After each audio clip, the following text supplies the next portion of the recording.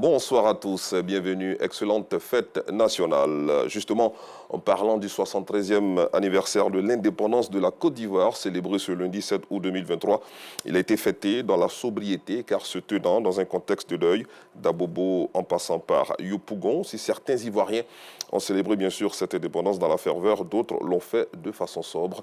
Le constat de nous Sangaré dans notre édition de 19h30. Et puis notre pays est en deuil depuis le 1er août dernier. L'ex-président Henri Konan Bédié nous a quittés.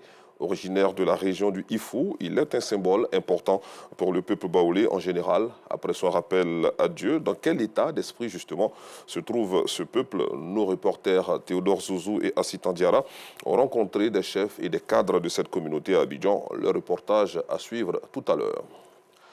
Un mot de culture dans ce flash, Ali et Jacques sont deux instrumentistes qui jouent aux abords des routes.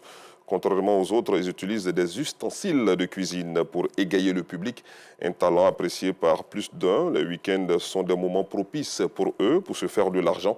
Ils jouent dans les différentes communes du district d'Abidjan pour faire montre de leur talent, comme constaté par Assitan Diarra et Inza Traoré. Intéressons-nous à présent à cette performance des athlètes ivoiriens. La Côte d'Ivoire a obtenu 15 médailles, notamment 6 en or, 5 en argent et 4 en bronze à la 9e édition des Jeux de la francophonie à Kinshasa.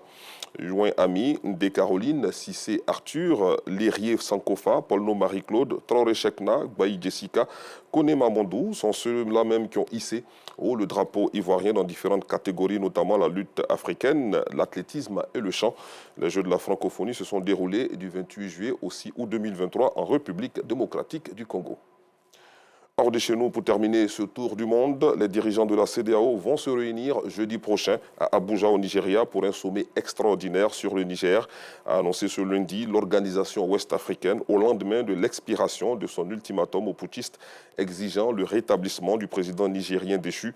L'institution avait menacé d'un possible usage de la force si le président Mohamed Bazoum n'était pas rétabli dans ses fonctions d'ici à hier.